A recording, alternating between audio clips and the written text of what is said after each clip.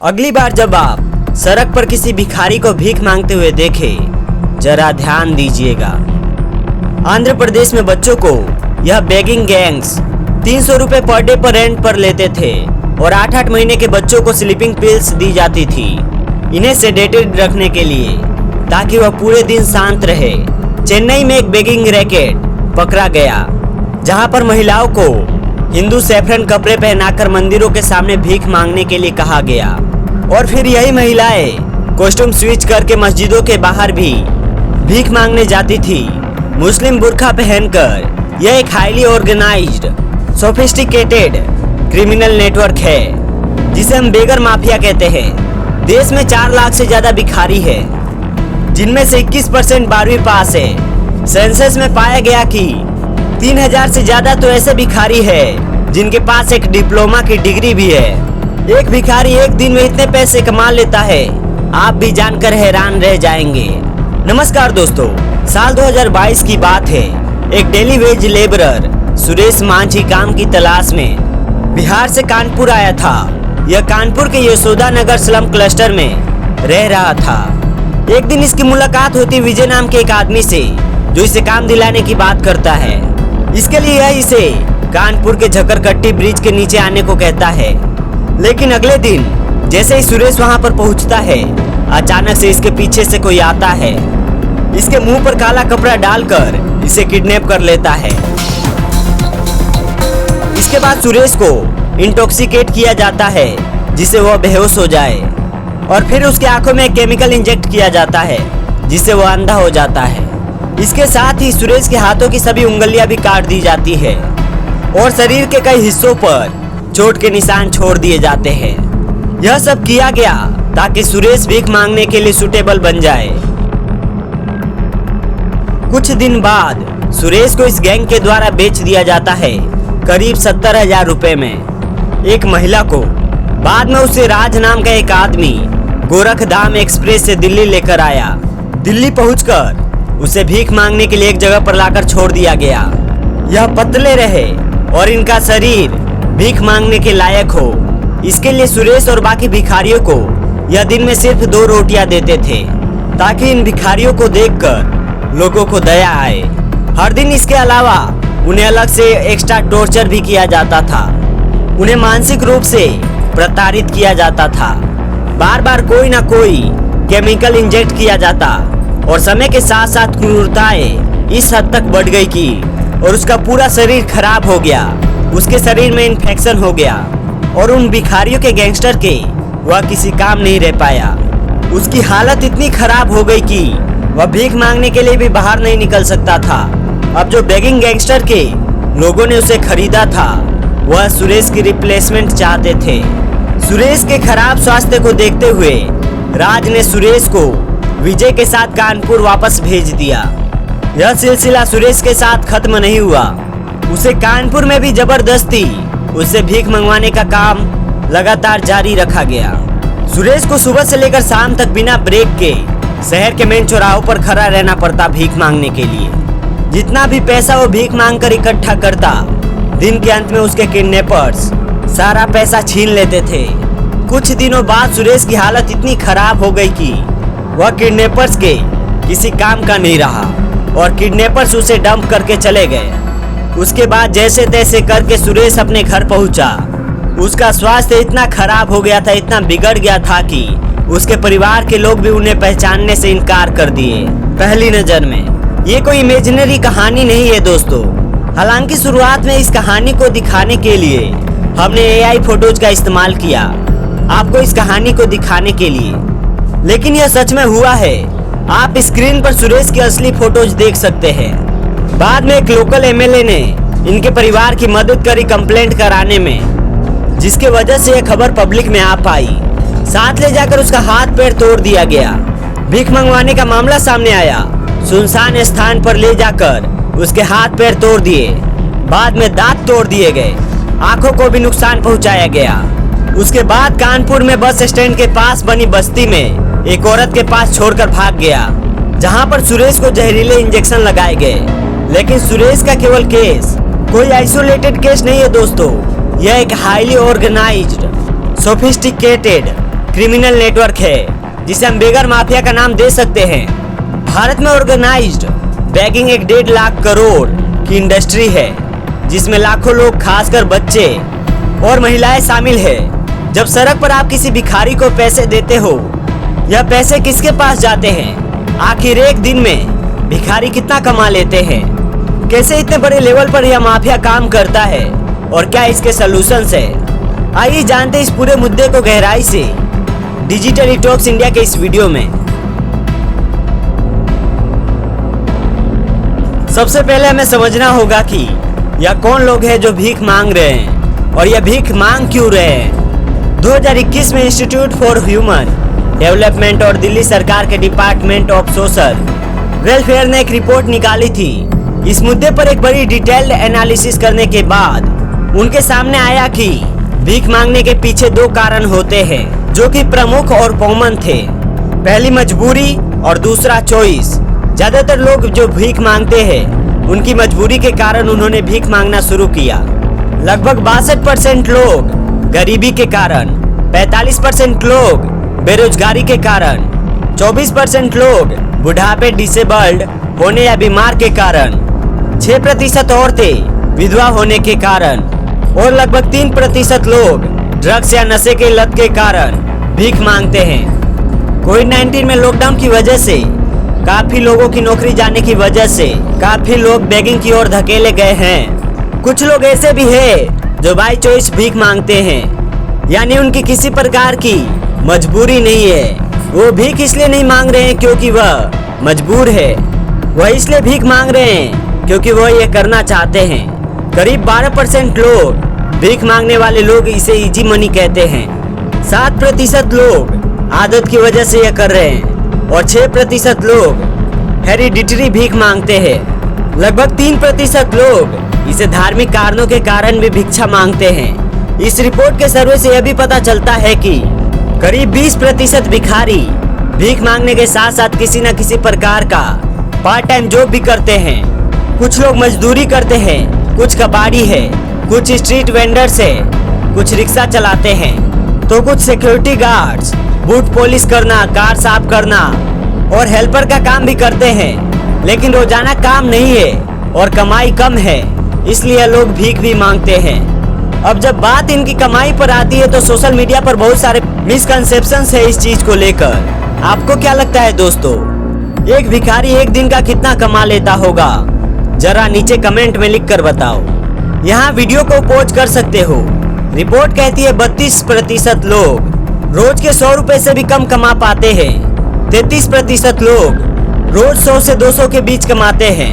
22% लोग ऐसे हैं जो 200 से 400 रुपए के बीच कमाते हैं और केवल 1% भिखारी ऐसे हैं जो 400 रुपए से अधिक कमाते हैं एक दिन के।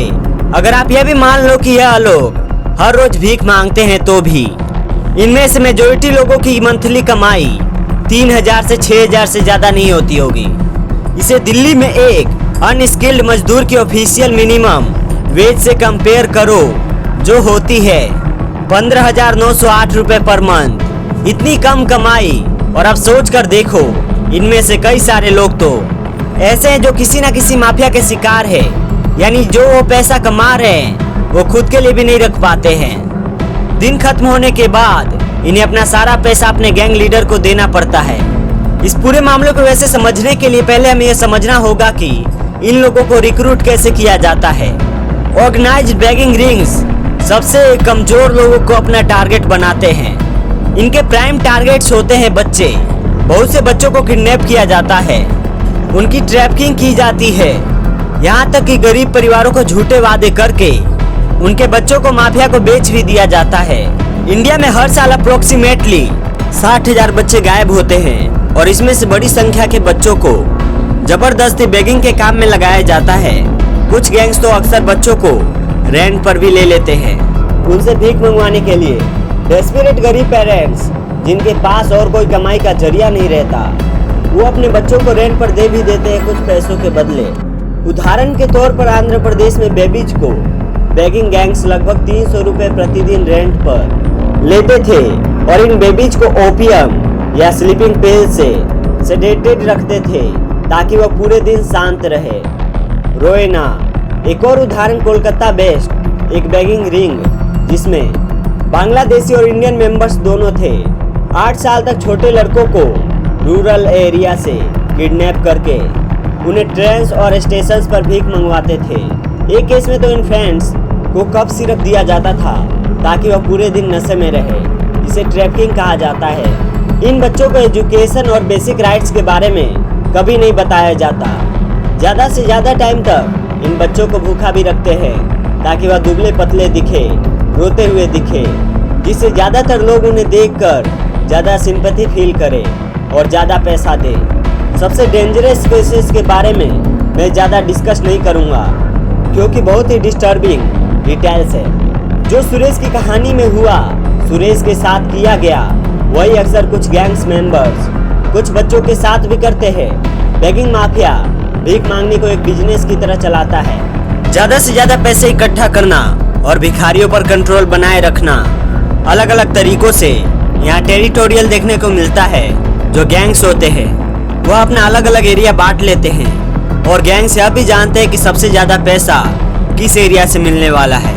मंदिर के पास, मस्जिद के पास, ट्रेन्स के आसपास, स्टेशंस पर, बस स्टैंड्स पर, जहाँ जहाँ ज़्यादा लोगों की भीड़ देखने को मिलती है।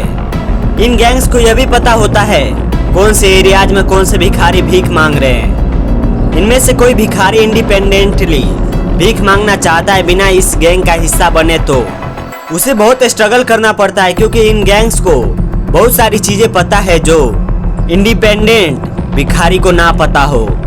इन गैंग्स के लीडर्स आपस में बातचीत करके अलग अलग इवेंट्स और फेस्टिवल्स की भी प्लानिंग करते हैं। यहाँ ऐसा भी नहीं है कि हर गैंग बड़े ही क्रूर और डिह्यूमनाइजिंग तरीके से बिहेव करते हैं।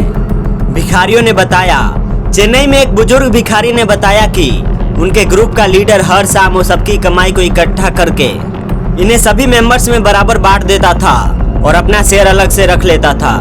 और इस शेयर के बदले यह लीडर प्लानिंग करते थे कि क्या और कैसे करना है। यह भिखारियों को एक शहर में हो रहे अलग अलग रिलीजियस फेस्टिवल्स और फंक्शंस के बारे में टिप देते थे। उन्हें बताया जाता था कि वह वहाँ कैसे पहुँच सकते हैं। जैसे ही कोई शहर या गांव में कोई फंक्शन या इवेंट होने वाला हो या किसी प्रकार का कोई शादी हो, वह वहाँ पहुँच जाते हैं। यह पूरा गेम एक ऐसे लेवल पर खेला जा रहा है जो एक आम इंसान के लिए इमेजिन करना मुश्किल है। यह लगातार अपनी टैक्टिक्स को फाइन ट्यून करते रहते हैं। चेन्नई में ही एक केस देखा गया जहां पर महिलाओं को मंदिरों के सामने हिंदू सैफरन रॉब्स पहनकर भेजा जाता था और उन्हीं महिलाओं को बाद में कॉस्ट्यूम स्विच कराकर मुस्लिम बुर्का पहनाकर मस्जिदों के सामने भी भीख मांगते हुए देखा गया। जो भी हिंदू या मुस्लिम अपने खुले दिलों से मंदिर या मस्जिदों में जा रहे हैं, उनके खुले दिल का फायदा उठाने के लिए यहाँ पर भिखारियों की अपीयरेंस ही बदल दी जाती है। 2010 की एक खबर है। 13 साल के भीमप्पा नामक एक बच्चे ने बताया कि एक बार ट्रैफिक सिग्नल पर एक औरत ने कार में उसे एक 8 महीने की बच्ची के साथ बारिश में कांपते हुए देखा।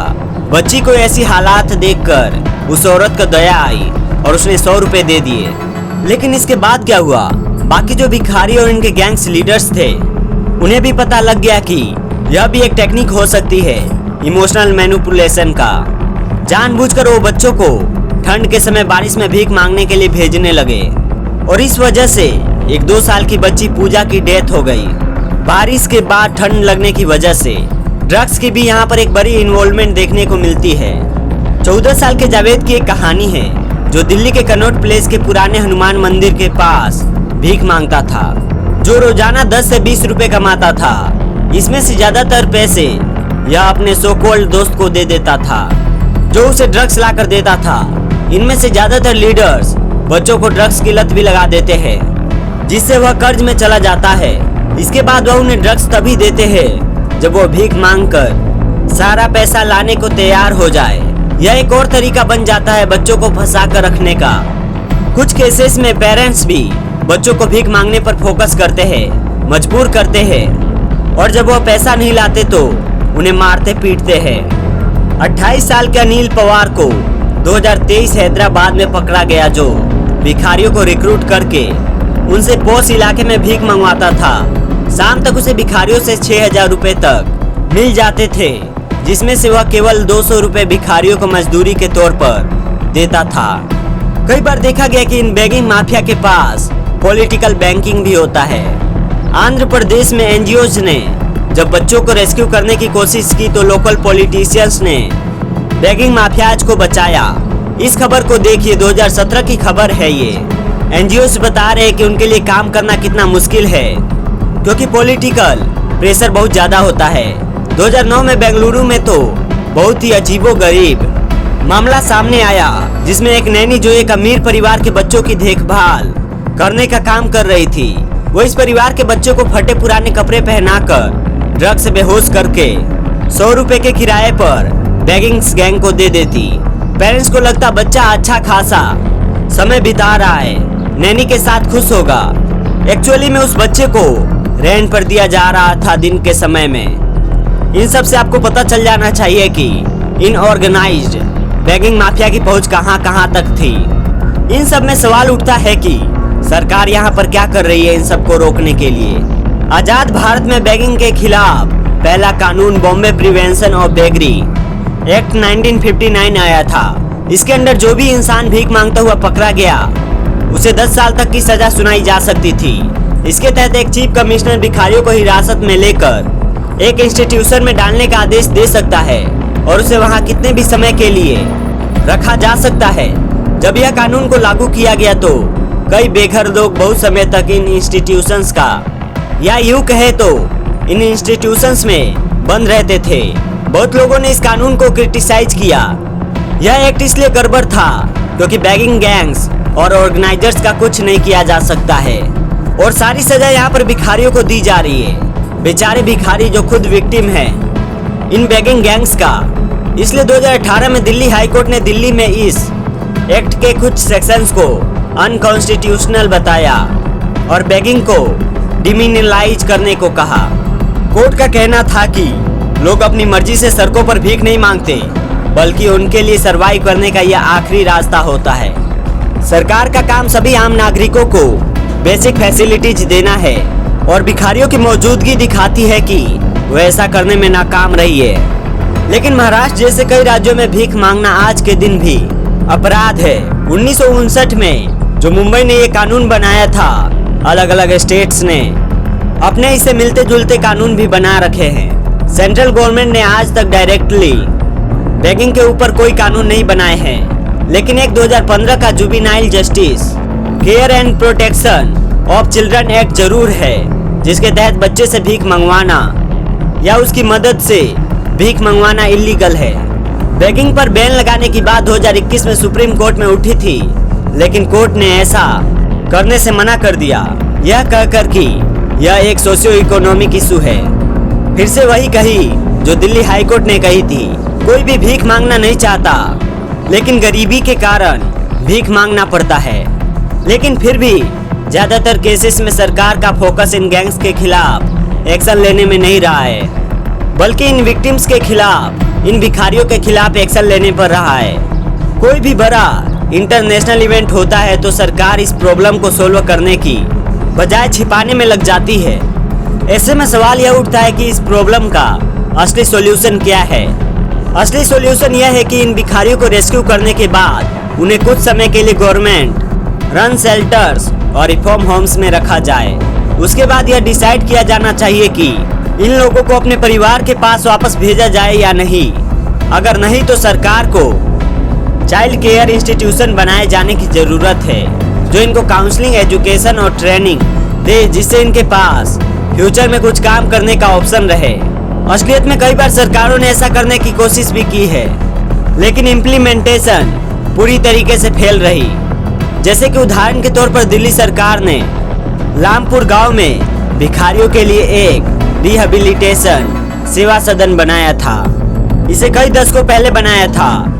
इसमें 5 घर है और 70 कमरे हैं, जिसमें 10,500 लोग रह सकते हैं। भीख मांगते हुए पकड़े जाने पर भिखारियों को यहाँ 1 से 3 साल के लिए भेजा जाता था। 2010 में यहाँ 200 भिखारियों को रिहेबिलिटेट किया गया था, जो कि एक्चुअली कैपेसिटी से बहुत कम है। उसके आने वाले सालों में इसकी कंडीशन बद से बदतर होती गई। 2014 में सिर्फ यहाँ 60 भिखारी भेजे गए, 2016 में सिर्फ 1 और 2017 के बाद एक भी भिखारी यहाँ नहीं आया, जबकि दिल्ली के हर चौराहे पर आपको भिखारी देखने को मिल जाएंगे। 2020 में union ministry of social justice and empowerment ने एक पायलट प्रोजेक्ट शुरू किया। इसमें कहा गया कि देश के 10 शहरों को भिखारी मुक्त बनाया जाएगा। इन शहरों में इंदौर और मुंबई के नाम शामिल है, लेकिन एक्चुअली में इसके लिए इम्प्लीमेंटेशन कैसी हुई। इंदौर में आदेश दिया जाता है कि 1 जनवरी 2025 से भीख लेना और भीख देना दोनों इल्लीगल है। भीख देने वालों के खिलाफ FIR दर्ज कराई जाएगी। जनवरी 2025 में एक मंदिर के सामने एक महिला भिखारी को पैसे दे रही थी और एक व्यक्ति ने देख लिया और FIR दर्ज करा दी। यह मध्य प्रदेश का पहला ऐसा मामला बन गया जहां पर किसी ने भिखारी को पैसे दिए हो और देने वाले पर ही FIR दर्ज हो गई हो। इंदौर के बाद भोपाल में भी सभी पब्लिक प्लेसेस पर भीख मांगने और देने पर रोक लगाई गई। लेकिन सवाल यहाँ यह है कि क्योंकि बेगिंग पर सीधा बैन लगा देना कोई सॉल्यूशन है जब तक इतनी बेरोजगारी है, जॉब्स की कमी है, डिसेबल लोगों के पास तो और भी कम मौके हैं हमारी इकोनॉमी में इन्वॉल्व रहने के। अगर इन लोगों को भीख भी नहीं मांगने दिया जाएगा तो क्या एक्सपेक्ट करते हो यह चुपचाप मर जाए। 2011 के सेंसस में सामने आया कि देश में 4 लाख से ज्यादा भिखारी है, जिनमें से 21% 12वीं पास थे और लगभग 3000 भिखारी तो ऐसे थे जिनके पास एक प्रोफेशनल डिप्लोमा या डिग्री थी। डिग्री होने के बावजूद भी कोई यहाँ भीख क्यों मांगेगा, क्योंकि इनके पास कोई और ऑप्शन ही नहीं है। और इसी मजबूरी का फायदा उठाकर यह बेगर माफिया इन्हें और भी बुरी तरीके से एक्सप्लॉइट करता है। ऑलरेडी मजबूर लोग जो भीख मांग रहे हैं उनको बेगर माफिया की वजह से अब सिंपैथी भी नहीं मिलती। इससे जाहिर सी बात है आपके अंदर भी फीलिंग आएगी जब आप अगली बार किसी भिखारी को देखेंगे। या तो आप बहुत ही डिसेंसिटाइज हो जाएंगे, आपको यह लगेगा कि यार इन्हें जाने दे, पक्का माफिया के लोग होंगे, या फिर दूसरी तरफ आप बड़े हेल्पलेस फील करेंगे। मुझे दया तो आ रही है इन बच्चों के हालात देखकर, लेकिन मैं यहाँ पर क्या कर सकता हूँ। अगर मैंने पैसे दिए तो वह बेगर माफिया के पास जाएंगे और इनके पास पैसे जाने का मतलब है इन लोगों का एक्सप्लॉयटेशन और ज्यादा होगा। यहाँ पर सबसे पहली चीज तो मैं यह कहूँगा कि आपको याद रखना है दोस्तों कि हर एक भिखारी किसी बेगर माफिया का हिस्सा नहीं होता। बहुत से लोग ऐसे हैं जो गरीबी और बेरोजगारी के कारण भीख मांग रहे हैं और किसी भी गैंग से नहीं जुड़े हुए हैं। दूसरी तरफ मैं कहूँगा कि आपको भिखारियों को पैसे नहीं देने चाहिए, क्योंकि आपके लिए बताना मुश्किल है कि कोई भिखारी यहाँ पर स्वतंत्रता से काम कर रहा है, सिर्फ मजबूरी के कारण भीख मांग रहा है, या फिर वह किसी बड़े बेगर माफिया का हिस्सा है। इसलिए आप इन्हें पैसे मत दीजिए, लेकिन आप इनकी मदद कर सकते हैं कई और तरीकों से। अगर आपको इन्हें देखकर लगता है कि ये भूखे हैं तो आप डायरेक्टली इन्हें खाना दे सकते हैं। इसके अलावा आप इन्हें दवाइयाँ या कपड़े जैसी चीजें दे सकते हैं जो डायरेक्टली इनके लिए यूज की होगी। और अगर आपके पास और समय है तो आप गाड़ी से बाहर उतरकर इनके साथ डिटेल में बात कर सकते हैं, इनकी प्रॉब्लम समझ सकते हैं, और फिर आपको लगे तो आप इन्हें कुछ काम दे सकते हैं। और पैसे आपको देने ही है तो उन NGO को दीजिए जो यहाँ पर इनके लिए काम कर रही है। भिखारियों को रिहेबिलिटेट करने का और इनकी स्किल डेवलपमेंट का, इन बच्चों के एजुकेशन को सपोर्ट करने वाले प्रोग्राम्स की भी आप मदद कर सकते हैं। कई ऐसे NGOs है जो इन गरीब बच्चों को पढ़ाने का काम करते हैं, जैसे कि एक टीच फॉर इंडिया है। यह एक 2 साल का फेलोशिप प्रोग्राम रखता है। अगर आप कॉलेज ग्रेजुएट है या वर्किंग प्रोफेशनल है तो अपने फ्री टाइम में बच्चों को पढ़ाने का काम कर सकते हैं खुद से। अगर आपको बच्चे भीख मांगते हुए दिखते हैं और आपको यह दिखता है कि कई सारे बच्चों को एक जैसे चोट लगी है, कोई बच्चा नशे में दिख रहा है या कोई व्यक्ति भिखारियों से पैसा इकट्ठा करते हुए दिखाई दे रहा है, ऐसे केस में आप इसकी जानकारी पुलिस को दे सकते हैं। फाइनली याद रखिए, भिखारियों से हमेशा सम्मान से पेश आए। अगर आपको उनसे बातें करनी है तो अच्छे से बात करें, आंखों में देखकर बात करें। ठीक लगे तो उनका नाम पूछिए, उन्हें जज करने से बचे। याद रखिए, ज्यादातर भिखारी ह्यूमन ट्रैफिकिंग, एक्सप्लॉयटेशन या गरीबी का शिकार है। एक लार्जर स्केल पे यह प्रॉब्लम तभी सॉल्व हो सकती है जब सरकार यहाँ पर एक्शन ले। बैगिंग को डिक्रिमिनलाइज करना होगा, वेलफेयर स्कीम्स का दायरा बढ़ाना होगा, स्कीम्स का असर देखने के लिए टेक्नोलॉजी का इस्तेमाल करना होगा और लोगों की रिहेबिलिटेशन इस तरीके से करनी होगी कि समाज में उनकी हिस्सेदारी बढ़े। अगर यह वीडियो आपको पसंद आया तो मैंने ऐसे ही और वीडियोज बनाए हैं कई सारे सोशल कल्चरल टॉपिक्स पर। ऐसे ही एक और इंटरेस्टिंग कहानी है सोमालिया के गरीब और बेरोजगार लोगों की। यहाँ देश की हालात इतनी बुरी थी कि इन लोगों के पास भीख मांगने का भी ऑप्शन नहीं था। ऐसे में इन्होंने मजबूरी में रास्ता अपनाया पायरेसी का और यह बन गए सोमालियन पायरेट्स। आप यहाँ हमारे वीडियो में जाकर इनकी कहानी देख सकते हैं, जान सकते हैं। Take care and bye bye.